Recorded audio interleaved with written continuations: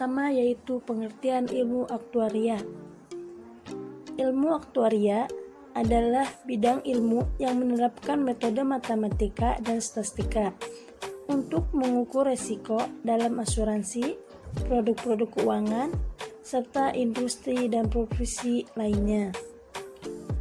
Nah, adapun secara umum ilmu aktuaria adalah menerapkan matematika untuk memodelkan hal-hal yang tidak pasti. Baik, untuk yang kedua yaitu pengertian aktuaris serta peran dan tugasnya. Pengertian aktuaris.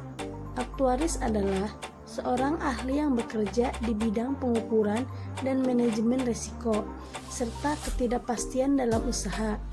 Bidang ilmu yang ditunaikannya disebut ilmu aktuaria. Secara tradisional, bidang tersebut dibagi menjadi dua, yaitu aktuaria jiwa dan aktuaria umum. Baik, yang selanjutnya yaitu peran dan tugas aktuaris. Untuk yang pertama yaitu merancang produk dan penetapan biaya atau tingkat premi. Yang kedua yaitu menghitung berbagai risiko keuangan agar dapat membayar klaim dan memberi manfaat kepada nasabah. Yang ketiga, menghitung nilai manfaat para pegawai ketika memasuki masa pensiun. Yang keempat, menganalisa kejadian di masa depan yang berdampak pada keuangan. Yang kelima, mengelola dana masuk dan keluar.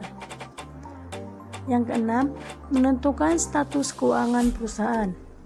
Dan yang terakhir yaitu melakukan pemodelan dan proyeksi keuangan perusahaan dalam jangka panjang. Nah, di sini ada 10 jenis-jenis asuransi. Untuk yang pertama yaitu asuransi jiwa. Asuransi ini salah satu dikenal memberikan keuntungan finansial pada tertanggung atas kematiannya. Jenis asuransi yang kedua yaitu asuransi kesehatan. Jenis asuransi ini juga cukup dikenal oleh masyarakat Indonesia. Asuransi kesehatan merupakan produk asuransi yang menangani masalah kesehatan tertanggung karena suatu penyakit serta menanggung biaya proses perawatan. Yang ketiga yaitu asuransi kendaraan. Asuransi kendaraan yang paling populer di Indonesia adalah jenis asuransi mobil, yang fokus terdapat tertanggung cedera kepada orang lain atau terhadap kerusakan kendaraan orang lain yang disebabkan oleh si tertanggung. Yang keempat yaitu asuransi kepemilikan rumah dan properti. Sebagai aset yang dimiliki cukup berharga, biasanya para pemilik rumah akan melindungi diri dan aset miliknya yang bisa berupa rumah atau properti pribadi dengan asuransi kepemilikan rumah atau properti.